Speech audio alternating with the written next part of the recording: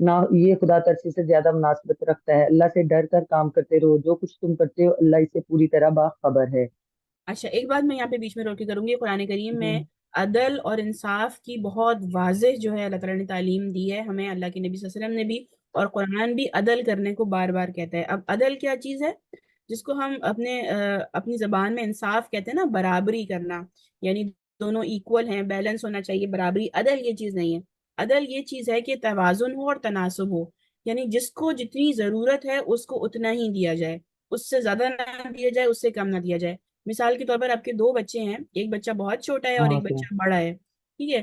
ایک بچے کی ہوں، کھانے پینے کی، بڑے بچے کی کھانے پینے کی ضرورت زیادہ ہے، چھوٹے بچے کی کھانے پینے کی ضرورت کم ہے۔ آپ سمجھتے ہیں کہ انصاف یہ ہے کہ اگر اس کو اتنا ملے، اگر اس کو دو روٹی کھانے کے لیے ملے تو چھوٹے کو بھی دو روٹی ملے، حالانکہ چھوٹے کے لیے زیادتی ہے دو روٹی دیا جانا، ٹھیک ہے؟ جی اور اگر بڑا جو ہے اس کو تین کی بھی ضرورت ہے تو اس کو تین بھی دیا جائے گا، کیونکہ اس کی جسمانی ضرورت یہ ہے۔ اللہ تعالیٰ نے یہ فارمولا صرف ہمارے زندگی میں نہیں بلکہ قرآن کا نظام پوری دنیا میں جہاں جہاں پر غالب آنا ہے، ان تمام ممالک کے اوپر جو دنیا پہ جس طرح غالب آنا ہے، اللہ تعالیٰ نے ہر جگہ عدل کا حکم دیا گیا ہے۔ اب یہ جتنی بھی ریاستیں دنیا میں، جتنی اسٹیٹس اس وقت ہیں، جتنے ممالک ہیں، ان سب میں عدل کا انتظام ہونا چاہیے، جس کا جتنا حق ہے اس کو اتنا دیا جائے، اس سے اس کا حق چھینا نہ جائے، کسی کو اس سے کم نہ دیا جائے، بلکہ جس کا جتنی اس کی توازن اور تناسب ہے اس سے دیا جائے۔ یہ قرآن کا خاص حکم ہے عدل کا۔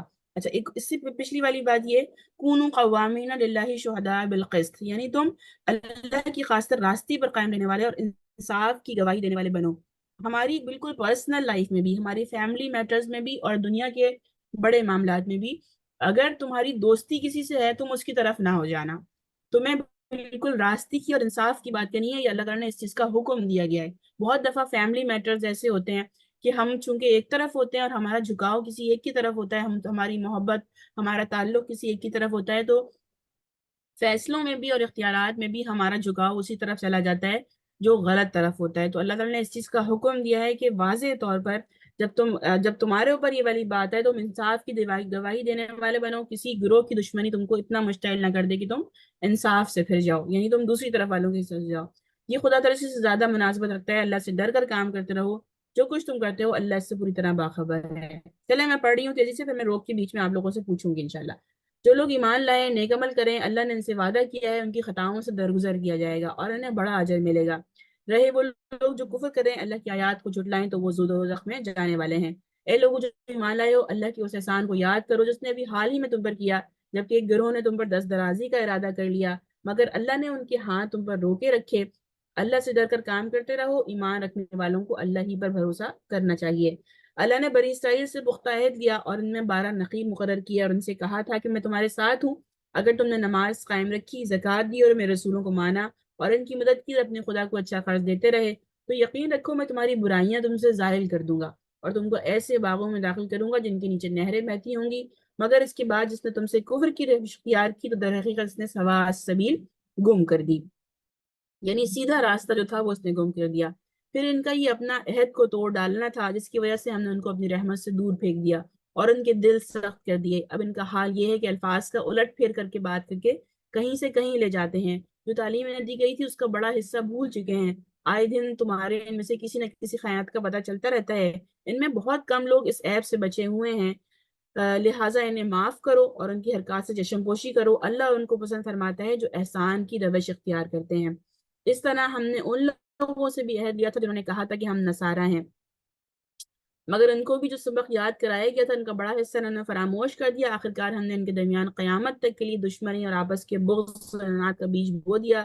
ایک وقت ضرور آئے گا جب اللہ ان کو بتا دے گا کہ وہ دنیا میں کیا کرتے رہے ہیں۔ اس سے پہلے یہودیوں کا تذکرہ تھا اور اب عیسائیوں کا تذکرہ ہے، اللہ نے ان کے درمیان میں عداوت ڈال دی ہے۔ اہل کتاب، ہمارا رسول تمہارے پاس آ گیا ہے جو کتابیں لائی کی بہت سی ان کتابوں کو تمہارے سامنے کھول رہا ہے جن پر تم پردہ ڈالا کرتے تھے اور بہت سی باتوں سے درگزر بھی کر جاتا ہے۔ تمہارے پاس اللہ کی طرف سے روشنی آ گئی ہے، ایک ایسی حق نما کتاب جس کے ذریعے سے اللہ تعالیٰ ان لوگوں کو جو اس کی رضا کے طالب ہیں سلامتی کی طریقے بتاتا ہے اور اپنے اذن سے ان کو اندھیروں سے نکال کر اجالے کی طرف لے آتا ہے اور راستے کی طرف رہنمائی فرماتا ہے۔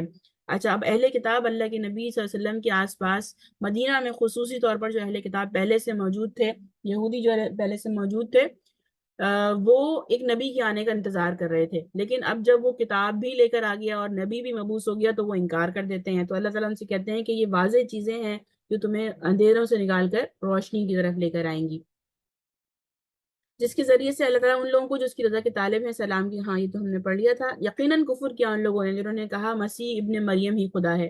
اے محمد صلی اللہ علیہ وسلم ان سے کہو، اگر خدا مسیح ابن مریم کو، اس کی ماں کو اور تمام زمین والوں کو ہلاک کر دینا چاہتا تو کس کی مجال ہے کہ اس کو اس ارادے سے باز رکھ سکے؟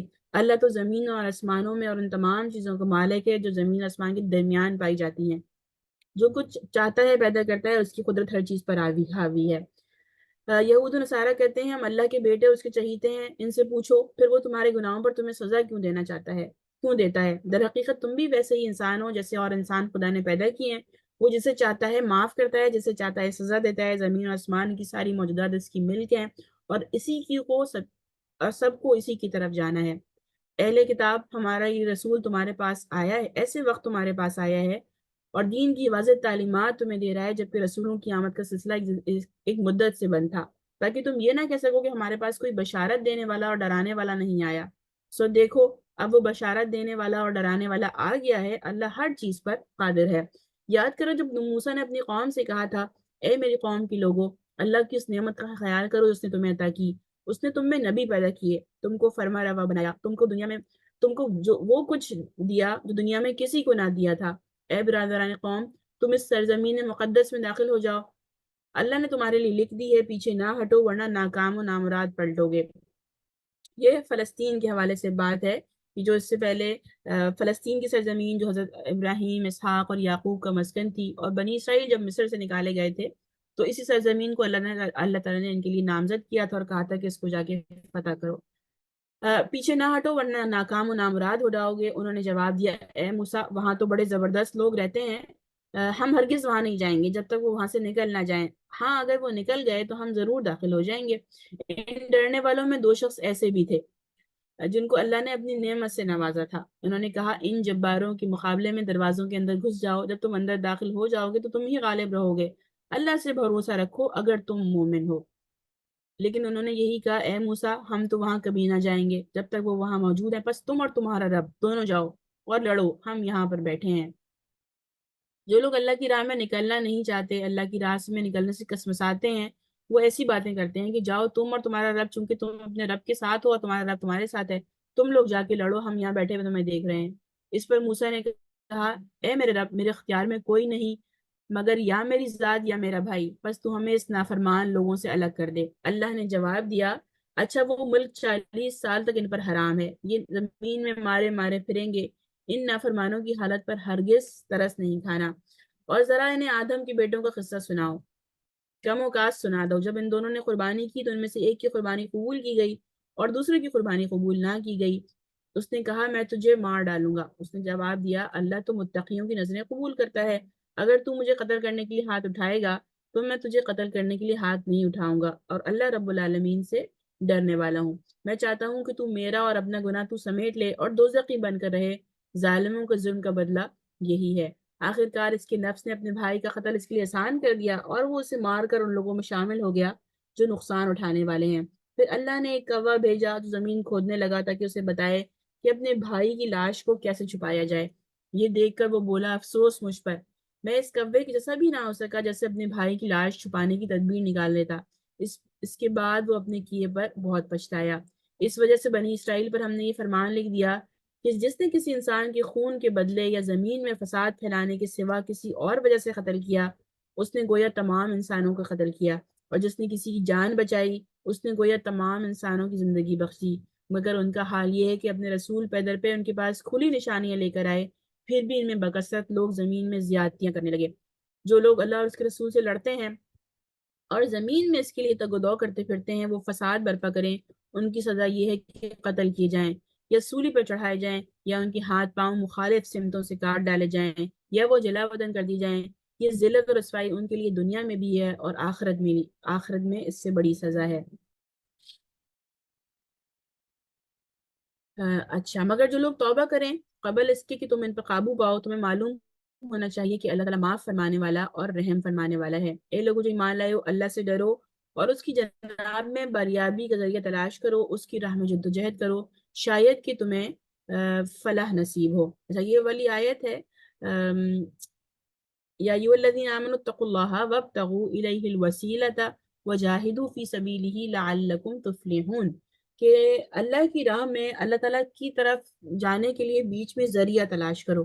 اب یہ جو قرآن کریم کی آیات ہیں اور جو اللہ کے نبی صلی اللہ علیہ وسلم کی دی ہوئی تعلیمات ہیں، ان کے ذریعے سے جو طریقے ہمیں بتائے گئے ہیں، جیسے نماز ہے، روزہ ہے، حج ہے، زکوٰۃ ہے، اور بھی بہت ساری ذیل میں بہت ساری چیزیں آتی ہیں جس کے ذریعے سے بہترین اخلاق ہیں، جس کے ذریعے سے ہم اللہ تعالیٰ کا قرب حاصل کر سکتے ہیں۔ اچھا، اس کی غلط تشریح یہ بھی کی جاتی ہے کہ ایسی کوئی بیچ میں لنک تلاش کرو جو تمہیں اللہ تک پہنچا دے۔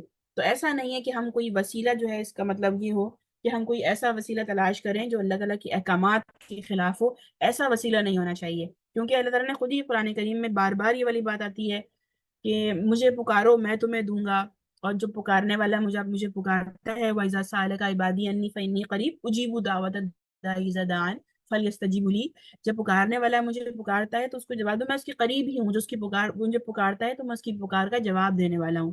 قرآن کریم کی آیات سے ہمیں یہ مفہوم خوب سمجھ میں آتا ہے کہ ہمیں بیچ میں کوئی ایسا وسیلہ نہیں بنانا جو تھرڈ پرسن ہو، یا پھر کوئی تھرڈ پرسن ٹائپ کی کوئی چیز ہو جس کے ذریعے سے ہم اللہ تک پہنچیں۔ اگر ہم کوئی ایسی چیز کے ذریعے سے اللہ تک پہنچنے کی کوشش کریں گے تو جس طریقے سے یہ تعویذ بیچ میں آتے ہیں کہ جو ہم کہتے ہیں کہ اس کے اوپر پڑھ کے پھونکیں گے تو یہ ہماری، جب تک ہم اس کو پہن کے رہیں گے تب تک ہماری حفاظت ہوتی رہے گی، ایسی کوئی چیز نہیں ہے دین میں، بلکہ یہ اس کے اندر اللہ کے ساتھ شرک میں شامل ہو جاتی ہیں تمام چیزیں، کہ ہم اس چیز کے اوپر ایمان لے کر آ رہے ہیں کہ یہ چیز ہمیں بچائے گی، یہ چیز ہمیں لے جائے گی، اس لیے یہ اس آیت کو اس طرح سے اس کی تشریح نہیں کی جا سکتی، بلکہ وہ چیزیں، وہ تمام وسائل اور وہ تمام چیزیں جو اللہ تعالیٰ کی طرف جانے میں آپ کے لیے آسانی کریں، جیسے نماز ہے، روزہ ہے، حج ہے، زکوٰۃ ہے۔ اور پھر اللہ تعالیٰ نے آگے پھر یہ کہا کہ اللہ کی راہ میں جدوجہد کرو، شاید کہ تمہیں فلاح نصیب ہو، یعنی اللہ کی راہ میں کوشش کرو، اللہ کی راہ میں نکلو، اللہ کی راہ میں جو لوگ غلط کام کر رہے ہیں اس کام کی طرف بہترین طریقے سے دعوت دو، یہ ساری اللہ تعالیٰ کی راہ میں کوشش ہے۔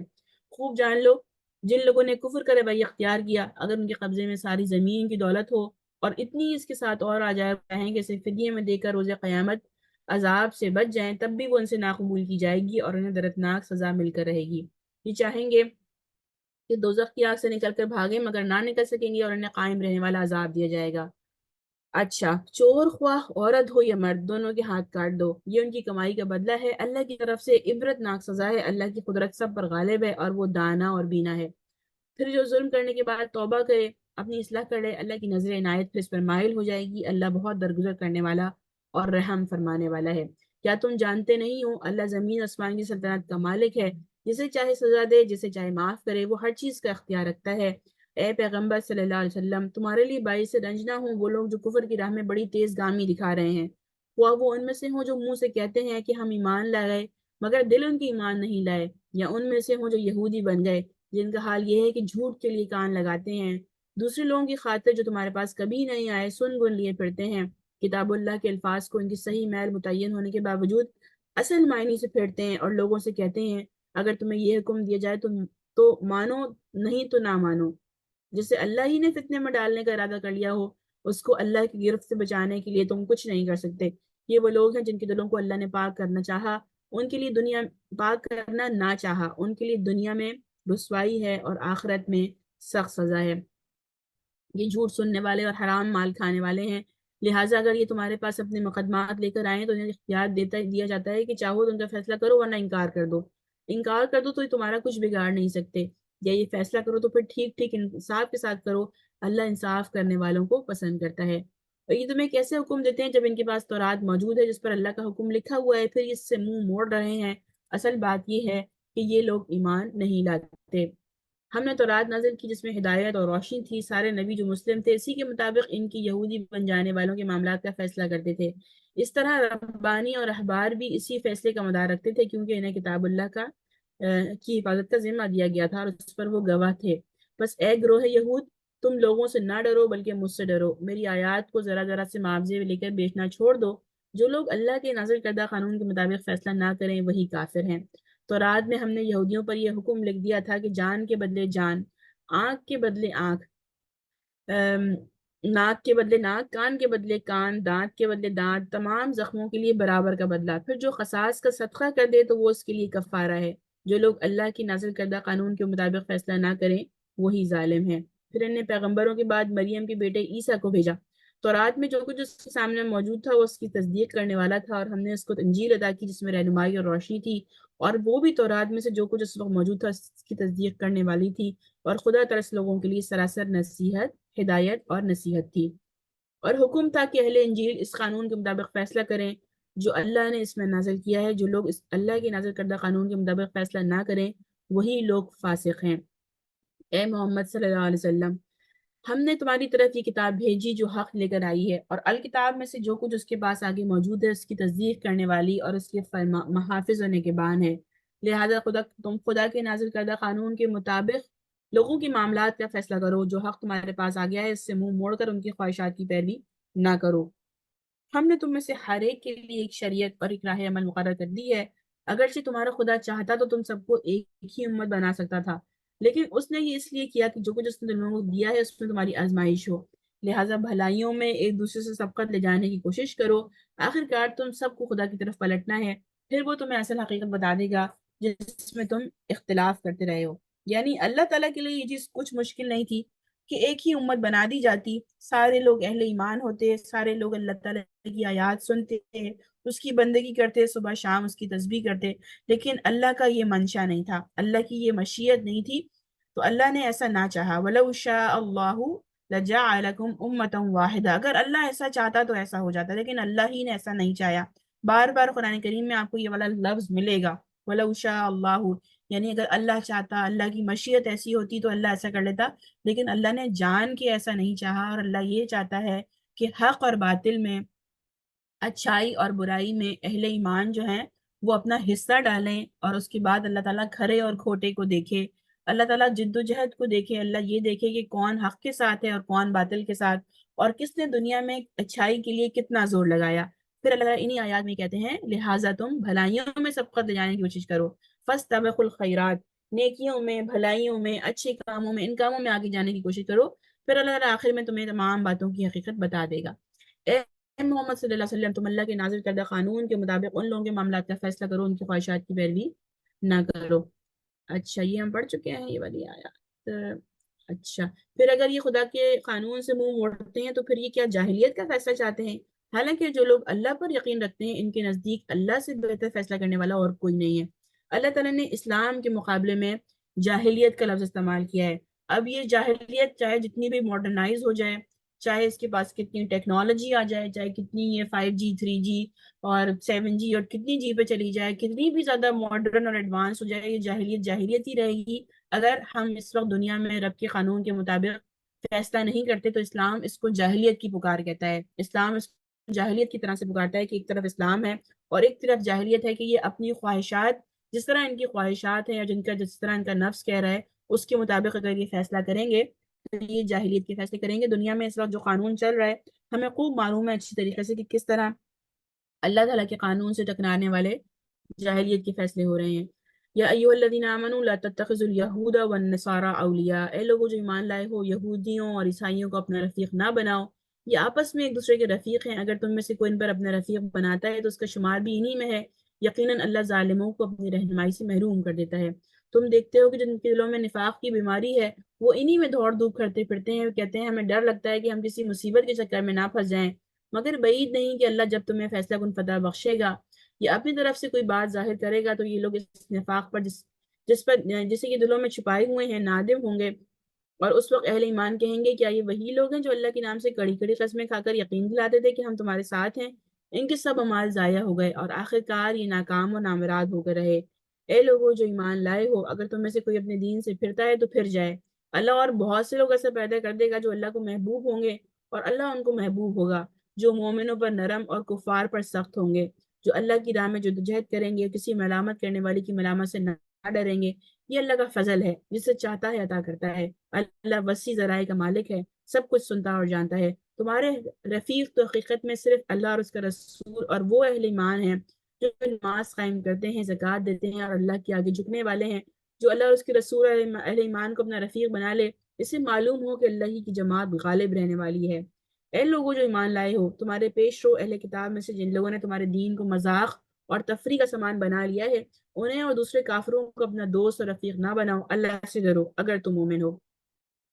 جب تم نماز کے لیے منادی کرتے ہو تو اس کا مذاق اڑاتے ہو، اس سے کھیلتے ہیں، اس کی وجہ یہ ہے کہ وہ عقل سے کام نہیں لیتے۔ ان سے کہو اہل کتاب، تم جس بات پہ ہم سے بگڑے ہو اس کے سوا اور کیا ہے کہ ہم اللہ پر اور اس دین کی اس تعلیم پر ایمان لے آئے ہیں جو ہماری طرف نازل ہوئی ہے اور ہم سے پہلے بھی نازل ہوئی تھی، ان تم میں سے اکثر لوگ فاسق ہیں۔ پھر کہو کیا میں ان لوگوں کی نشاندہی کروں جن کا انجام خدا کے یہاں فاسقوں کے انجام سے بھی بدتر ہے؟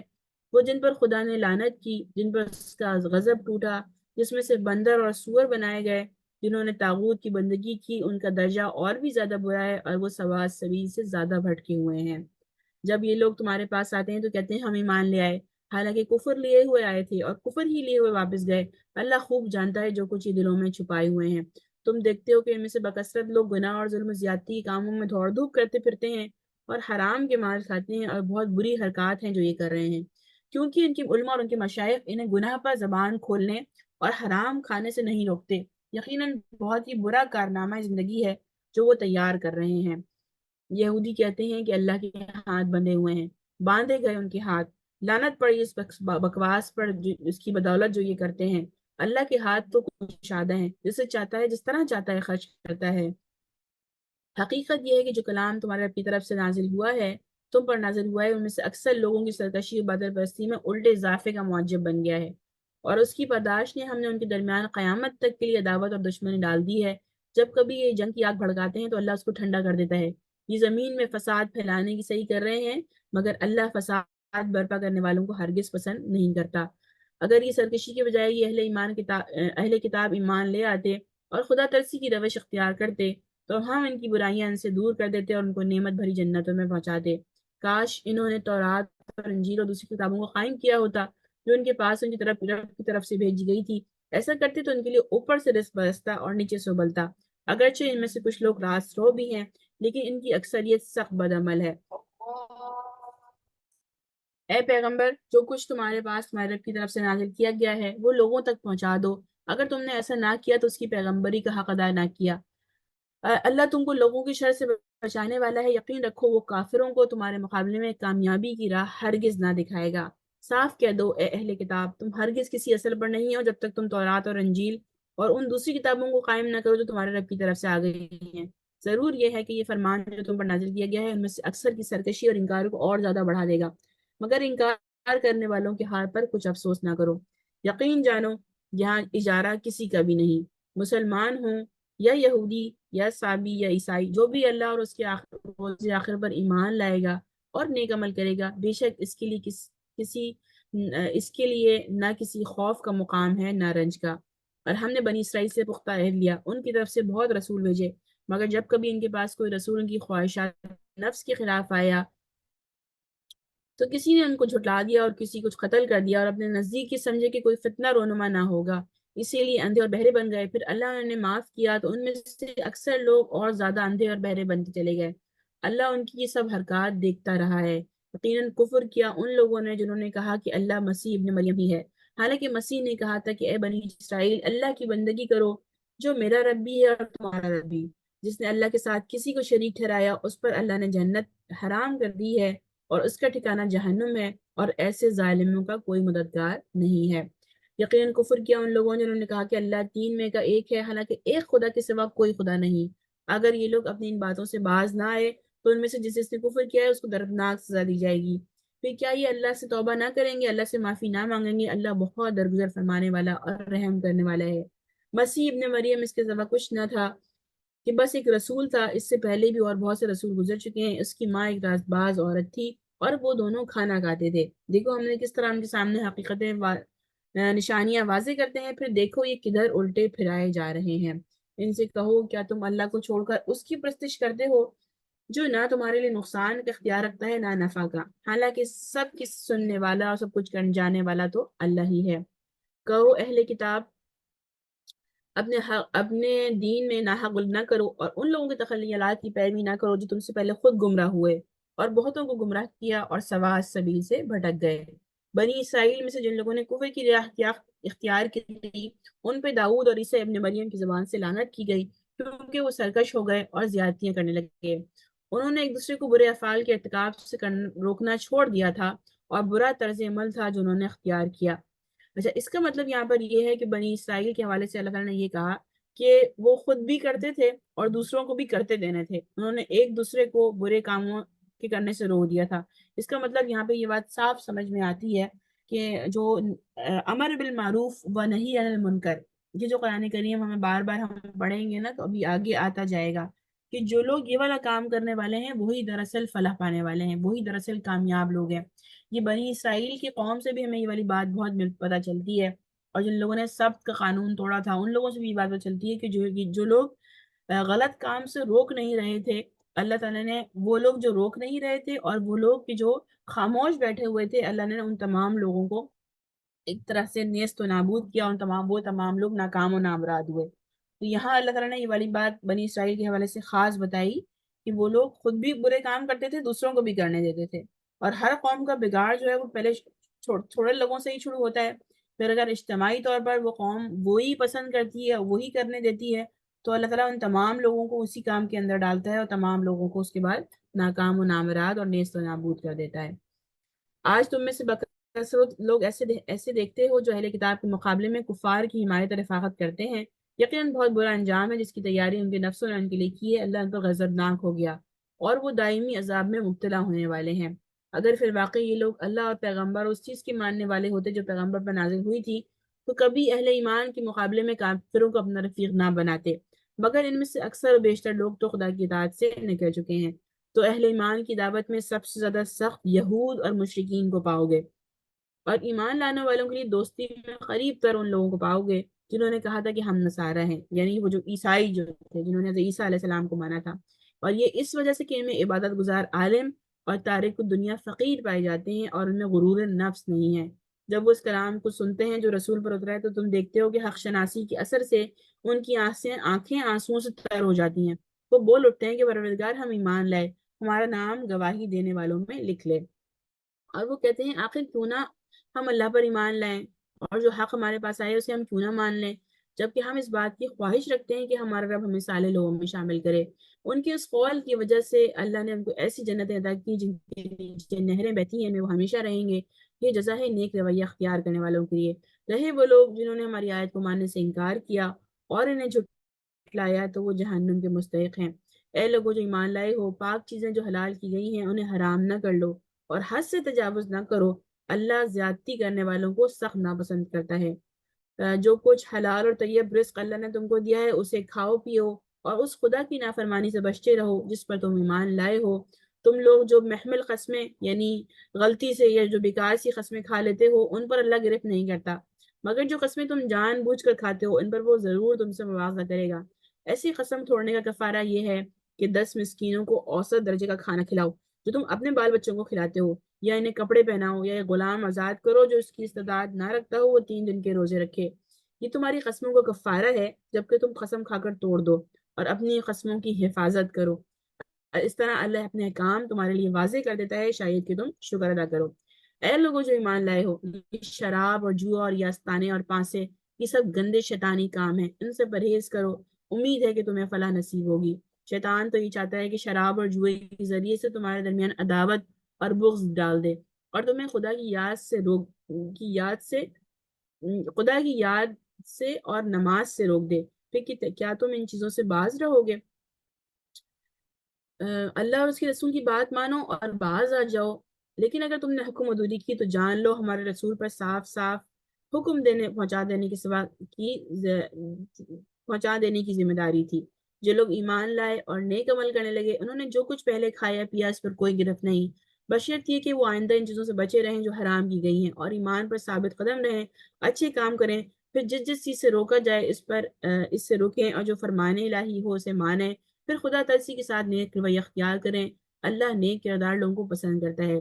اے لوگوں جو ایمان لائے ہو، اللہ تمہیں اس شکار کے ذریعے سے سخت آزمائش میں ڈالے گا جو بالکل تمہارے ہاتھوں اور نیزوں کی زد میں ہوگا، یہ دیکھنے کے لیے کہ تم میں سے کون اس سے غائبانہ ڈرتا ہے۔ پھر جس نے اس تنبیہ کے بعد اللہ کی مقرر کی ہوئی حد سے تجاوز کیا اس کے لیے دردناک سزا ہے۔ یعنی اللہ تعالیٰ ویسے تو یہ آیات کا کانٹیکس جو ہے وہ دوسرا ہے، لیکن ان آیات کو اگر اللہ تعالیٰ قرآن کریم میں فرماتا ہے کہ یہ قرآن جو ہے اس میں فیہ ذکرکم، اس میں تمہارا ہی ذکر ہے، تو وہ آیات کہ جس میں ہمیں اس موقع پر وہ آیات جو فٹ ہو رہی ہوں ان میں سے تفسیر اور اس کی تشریح جو ہے جو مفسرین ہیں محدثین ہیں وہ یہ والی بات بتاتے ہیں کہ جس وقت میں ہم زندہ رہ رہے ہیں اس وقت میں آیات جو ہمیں ہدایت دیں گی ہمیں اس سے سبق لینا ہوگا۔ تو اس وقت میں اللہ تعالیٰ ان آیات سے ہمیں بہت زیادہ ہدایت دے رہے ہیں، اور ہم خوب سمجھ سکتے ہیں کہ اللہ تعالیٰ جو ہمارے ہاتھوں میں اور وہ چیزیں جن کی دسترس ہمارے لیے بہت آسان ہے، اللہ تعالیٰ ان کے ذریعے سے خوب آزما رہا ہے، انسان کو خوب آزما رہا ہے، اس کا ایک ایک کیا جانے والا اس کے جسم کا پور پور جو ہے اس کی جواب دہی ہوگی۔ تو اللہ تعالیٰ پھر یہ والی بات کہتے ہیں کہ تمہارے ہاتھوں اور نیزوں کی زد میں ہوگا یہ دیکھنے کے لیے کہ تم میں سے کون اس سے غائبانہ ڈرتا ہے۔ پھر جس نے اس تنبیہ کے بعد اللہ کی مقرر کی ہوئی حد سے تجاوز کیا اس کے لیے دردناک سزا ہے۔ اے لوگوں جو ایمان لائے ہو، احرام کی حالت میں شکار نہ مارو۔ اگر تم میں سے کوئی جان بوجھ کر ایسا کر گزرے تو جو جانور جس نے مارا ہو اسی کے ہم بلہ ایک جانور سے مویشیوں میں سے نظر دینا ہوگا، جس کا فیصلہ تم میں سے دو آدمی کریں گے کہ نذرانہ کعبہ پہنچایا جائے گا یا نہیں، تو اس گناہ کے کفارے میں چند مسکینوں کو کھانا کھلانا ہوگا، یا اس کے بقدر روزے رکھنے ہوں گے تاکہ وہ اپنے کیے کا مزہ چکھے۔ پہلے جو کچھ ہو گیا اللہ نے اسے معاف کر دیا، لیکن اب اگر کسی نے اس حرکت کا ارادہ کیا تو اس سے اللہ بدلہ لے لے گا۔ اللہ سب پر غالب ہے اور بدلہ دینے کی طاقت رکھتا ہے۔ تمہارے لیے سمندر کا شکار اور اس کا کھانا حلال کر دیا گیا، پھر جہاں تم ٹھہرو وہاں بھی سے کھا سکتے ہو اور قافلے کے لیے زیادہ راہ بھی بنا سکتے ہو۔ البتہ خشکی کا شکار جب تک تم اس احرام کی حالت میں ہو تم پر حرام کیا گیا، بس بچو اس خدا کی نافرمانی سے جس کی پیشی میں تم سب کو گھیر کر حاضر کیا جائے گا۔ اللہ نے مکان محترم کعبہ کے لوگوں کے لیے اجتماعی زندگی کے قیام کا ذریعہ بنایا، اور ماہ حرام اور قربانی کی جانوروں اور خلادوں کو بھی اس کام میں معاون بنا دیا، تاکہ تمہیں معلوم ہو کہ اللہ زمین و آسمان کے سب حالات سے باخبر ہے اور وہ سے ہر چیز کا علم ہے۔ خبردار ہو جاؤ، اللہ سزا دینے میں بھی سخت ہے اور اس کے ساتھ بہت درگزر اور رحم کرنے والا بھی ہے۔ رسول پر تو صرف پیغام پہنچا دینے کی ذمہ داری ہے۔ وما علی الرسول الا البلاغ واللہ یعلم ما تبدون وما تکتمون، آگے تمہارے کھلے اور چھپے سب حالات کا جاننے والا اللہ ہے۔ اے پیغمبر ان سے کہہ دو پاک اور ناپاک بہرحال یکساں نہیں ہے، خواہ ناپاک کی بہتات میں کتنا ہی فریفتہ کرنے والی ہو۔ بس اے لوگوں جو عقل رکھتے ہو اللہ کی نافرمانی سے بچتے رہو، امید ہے کہ تمہیں فلاح نصیب ہوگی۔ یہ بہت ہی اچھی آیت ہے، اس کے اندر بہت ڈیپتھ ہے۔ پاک کی کثرت کتنی ہے اور ناپاکی کی کثرت کتنی ہے۔ کوئی حرام مال کتنا کماتا ہو وہ اللہ تعالیٰ کی پسند کا یا اللہ تعالیٰ کا محبوب بندہ کسی صورت نہیں بن سکتا، چاہے تمہارے پاس کتنی ان ناپاک مال سے کتنی آسانی ہو رہی ہو، کتنا کچھ ہو۔ ہم دنیا کی زندگی میں بہت دیکھتے ہیں یہ بات کہ بہت کچھ حرام ذریعے سے کمانے والوں کی زندگیاں کس قدر بے برکت، کتنی بے رونق اور کتنی پریشان کن ہوتی ہیں۔ بظاہر ہمیں دیکھنے میں لگ رہا ہوتا ہے کہ کتنے یہ لوگ ان کے پاس اللہ نے کتنا کچھ ان کو دیا ہے، لیکن چونکہ ان کے پاس حرام مال کی وافر ہوتا ہے، حرام مال ان کے دلوں کو سکون نہیں ہوتا۔ اللہ تعالیٰ فرماتے ہیں یہ پاک اور ناپاک بہرحال یکساں نہیں ہے، تو خواہ تمہیں کتنی ہی محبوب ہو وہ ناپاک مال، لیکن یہ کسی بھی صورت یکساں نہیں ہے۔ اور اللہ ایسے لوگوں جو اللہ کی نافرمانی سے بچتے رہو، امید ہے کہ تم فلاح نصیب ہوگی۔ اے لوگوں جو ایمان لائے ہو، ایسی باتیں نہ پوچھا کرو جو تم پر ظاہر کر دی جائے تو تمہیں ناگوار ہو، لیکن اگر تم انہیں ایسے وقت پوچھو کہ جب تو قرآن نازل ہو رہا ہوگا تو وہ تم پر کھول دی جائیں گی۔ اب تک جو کچھ بھی تم نے کیا اللہ نے اسے معاف کر دیا، وہ درگزر کرنے والا اور بردبار ہے۔ یعنی اللہ کے نبی صلی اللہ علیہ وسلم کے پاس لوگ آیا کرتے تھے اور بہت سارے ایسے سوال کیا کرتے تھے، سوال پہ سوال، تکرار پہ تکرار کیا کرتے تھے کہ اس کے معاملے میں کیا ہے، اس کے معاملے میں کیا ہے۔ تو اللہ کے نبی صلی اللہ علیہ وسلم خاموش رہا کرتے تھے، اور پھر اللہ کے نبی صلی اللہ علیہ وسلم اس کے بارے میں کہتے بھی تھے کہ اگر مجھے بتا دیا گیا تو تمہارے لیے تو اور مشکل ہو جائے گی، جس چیز کے بارے میں بتایا نہیں گیا اس کے بارے میں خاموش رہو۔ تم سے پہلے ایک گروہ نے اسی قسم کے سوالات کیے، پھر وہ لوگ انہی باتوں کی وجہ سے کفر میں مبتلا ہو گئے۔ اللہ نے نہ کوئی بحیرہ مقرر کیا ہے، نہ صاحبہ، نہ وسیلہ اور نہ حام، مگر یہ کافر اللہ پر جھوٹی تہمت لگاتے ہیں اور ان میں سے اکثر بے عقل ہیں، ایسے واہمیات کو مان رہے ہیں۔ یعنی وہ اپنے جانوروں میں سے ایسے جانور جس نے بچے دے دیے ہوں اور 10 بچے ہو گئے ہوں، اس کے بعد کوئی بچہ نہ ہو، اس طرح وہ کسی نر کے ساتھ کچھ کیا کرتے تھے، کسی مادہ کے ساتھ کچھ کیا کرتے تھے۔ تو اللہ تعالیٰ نے کہا کہ اللہ نے کسی کو مقرر نہیں کیا، کہ تمہاری اپنی عقلوں کی اپنی منہ کی باتیں، اللہ تعالیٰ ان وہمیات کو اسلام میں کوئی جگہ نہیں دی گئی ہے۔ اور جب ان سے کہا جاتا ہے کہ آؤ اس قانون کی طرف جو اللہ نے نازل کیا ہے، اور اس پیغمبر کی طرف تو وہ جواب دیتے ہیں کہ ہمارے لیے تو بس وہی طریقہ کافی ہے جس پر ہم نے اپنے باپ دادا کو پایا، یہ باپ دادا ہی کی تقلید کیے چلے جائیں گے، خواہ وہ کچھ بھی نہ جانتے ہوں اور صحیح راستے کی انہیں خبر ہی نہ ہوگی۔ اے لوگوں جو ایمان لائے ہو، اپنی فکر کرو، کسی دوسرے کی گمراہی کا تمہارا کچھ نہیں بگڑتا اگر خود تم راہ راست پر ہو، اور اللہ کی طرف تم سب کو بلٹ کر جانا ہے، پھر وہ تمہیں بتا دے گا کہ تم کیا کرتے ہو۔ اچھا، اس والی آیت میں نا ایک بہت اہم بات ہے۔ ام، یہاں پر اللہ تعالیٰ کہہ رہے ہیں اپنے اپنے نفس کی فکر کرو، یا ایھا الذین آمنوا علیکم انفسکم، اپنے آپ کو دیکھو، اپنی فکر کرو۔ اچھا، اس سے پہلے ہم بنی اسرائیل کا تذکرہ ابھی پچھلی آیات میں پڑھ رہے تھے، تو اس میں اللہ تعالیٰ نے بتایا کہ وہ خود بھی برے کام کرتے تھے تو دوسروں کو بھی برے کام کرنے سے نہیں روکتے تھے۔ تو یہ کوئی کلیش نہیں ہے ان آیات میں، بلکہ اس کی تشریح میں لوگ یہ والی بات جو پڑھتے ہیں، اس پہ حضرت ابو بکر صدیق رضی اللہ تعالیٰ عنہ کی ایک حدیث جو ایک اس میں ہے کہ آپ نے فرمایا، حضرت ابو بکر صدیق نے اس غلط فہمی کی تردید کرتے ہوئے یہ کہا تھا کہ لوگوں، تم اس آیت کو پڑھتے ہو اور اس کی غلط تعویل کرتے ہو۔ میں نے رسول اللہ صلی اللہ علیہ وسلم کو فرماتے سنا ہے کہ جب لوگوں کا حال یہ ہو جائے کہ وہ برائی کو دیکھیں، اس کو بدلنے کی کوشش نہ کریں، ظالم کو ظلم کرتے ہوئے پائیں اور اس کا ہاتھ نہ پکڑیں، تو بعید نہیں کہ اللہ اپنے عذاب میں سے سب کو لپیٹ لے۔ خدا کی قسم تم کو لازم ہے کہ تم بھلائی کا حکم دو، برائی سے روکو، ورنہ تم پر ایسے لوگوں کو اللہ مسلط کر دے گا جو تم میں سے بدتر ہوں گے، تم کو سخت تکلیفیں پہنچائیں گے، پھر نیک لوگ خدا سے دعائیں مانگیں گے مگر وہ قبول نہیں ہوں گی۔ تو یہ جو فریضہ ہے نا، امر بالمعروف نہی عن المنکر کا، یہ کسی بھی صورت یا قرآن کی کسی بھی تشریح سے یہ نہیں نکالا جا سکتا کہ انسان کو صرف اپنے آپ کو دیکھنا ہے اور اس فریضے سے انجام نہیں دینا۔ اے لوگ جو ایمان لائے ہو، جب تم میں سے کسی کی موت کا وقت آ جائے اور وصیت کر رہا ہو تو اس کے لیے شہادت کا نصاب یہ ہے کہ تمہاری جماعت میں سے دو صاحب عدل آدمی گواہ بنائے جائیں، یا اگر تم سفر کی حالت میں ہو، وہاں موت کی مصیبت پیش آ جائے تو غیر مسلموں ہی میں سے دو گواہ لے لیے جائیں۔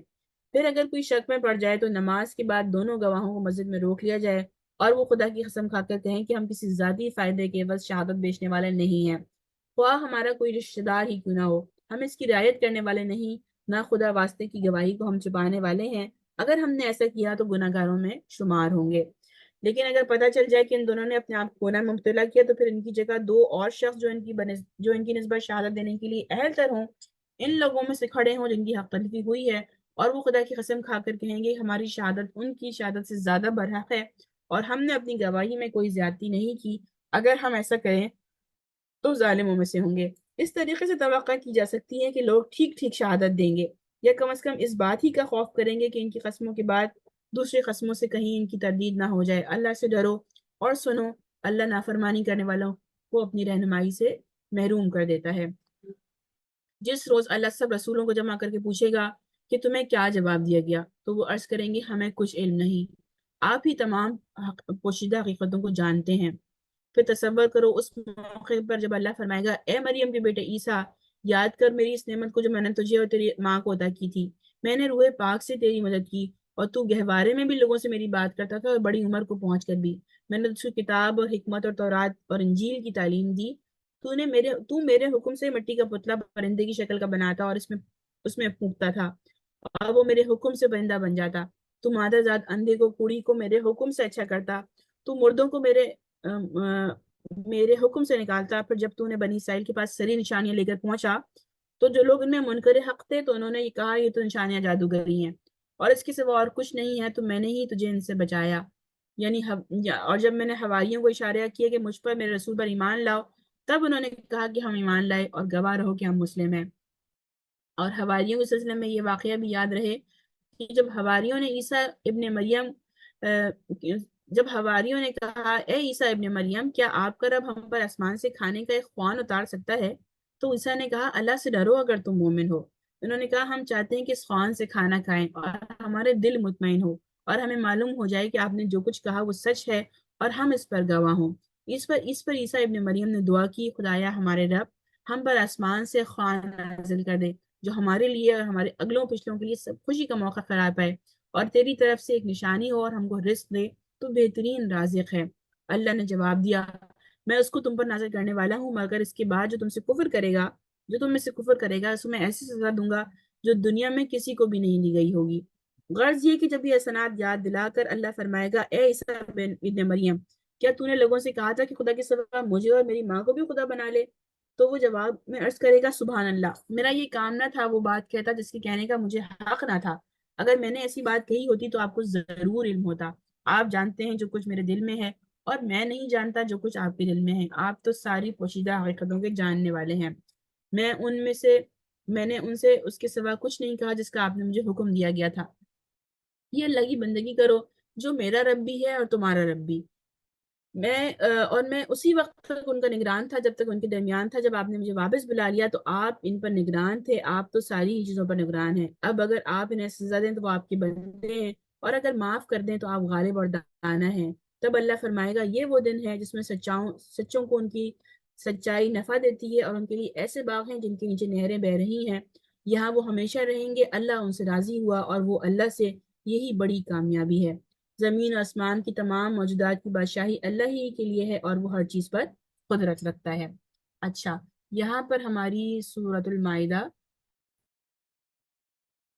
ختم ہوئی، اب بس انشاءاللہ پھر آج کا سیشن یہاں پر ختم کرتے ہیں۔ سبحانک اللہم و بحمدک، نشہد ان لا الہ الا انت، نستغفرک و نتوب الیک، اللہم صلی وسلم علی عبدک و رسولک و حبیبک سیدنا محمد النبی الامی وعلی آلہ و اصحابہ وبارک وسلم۔ السلام علیکم ورحمۃ اللہ وبرکاتہ۔